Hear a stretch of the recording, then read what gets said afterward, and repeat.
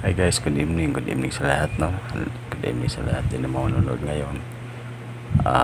Dito na naman kami nung may isda kami. Kasama ko sila Rocky, Ronnie at saka si Michael. Lalakad kami guys, ang layo ng nilalakaran namin. Ayan, umpisa na kami. Dito kami, ayan, nakakapana ko rin mga danggit dito banda. Dito sa mga namin guys, swerte na kung makakahuli kami ng pang-ulam, pang-umagahan, pananghalian. Swerte rin guys pag nakakabinta ka kasi simula noong pandemic rito, talagang pahirapan na paghuli rito ng isda. Kasi ang dating hindi mangingisda, nagiging mangingisda na ngayon. Kasi naman nagsasara lahat ng mga negosyo noon. Kaya nangingisda na rin sila. Ibang-iba noon guys, nung wala pang pandemic. Pag ako namamana, ang dami kong nahuhuli. Pero ngayon, swerte na ako nakakahuli ako ng 1 kilo. Kaya ito kami lumalaban pa rin sa buhay kahit mahirap. Ang importante, makakahuli kami ng pang-ulam para kinabukasan. Kasi guys, ang mahal din ng isda dito sa amin. Dollars din. Kaya namamana pa rin kami para bawas gastusin naman sa araw-araw. Kaya malaking bagay yung guys para sa amin kasi ang mahal ng bilihin dito sa amin. Kaya kailangan talaga namin magsipag at magtiyaga. Kaya hindi na namin iniinda ang pagod at hirap. Basta may maiuwi lang kami pang ulam kinabukasan para sa pamilya namin, okay na. Kaya wag na kayo magtaka guys kung kukunti lang nahuhuli namin. Kasi na-explain ko na sa inyo lahat. Ang dating sagana ngayon wala na.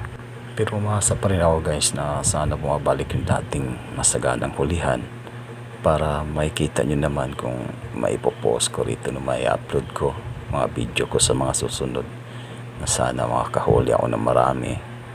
Katulad ng dati para makita nyo kung gaano kasagana ang hulihan dati guys.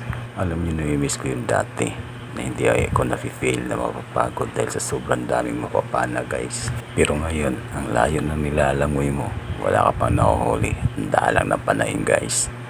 Pero okay lang, laban lang sa buhay dahil di naman talaga natin masasabi kung yan lang ibibigay sa atin ng kalikasan. Talagang ano lang tayo, susunod lang din tayo guys. Basta importante guys, hindi kami patamad-tamad.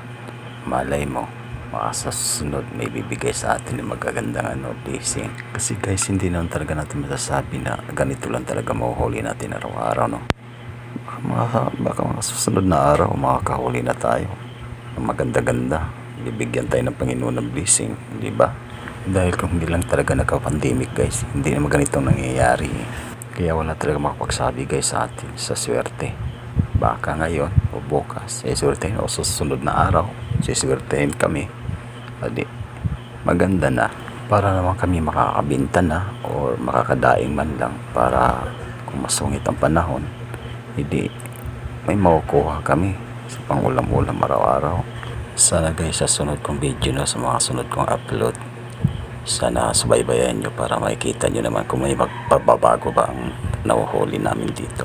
Sana mag-comment kayo guys sa mga susunod kong video kung may nagbabago ba sa mga huli namin dito. Maraming salamat guys. Thank you for watching.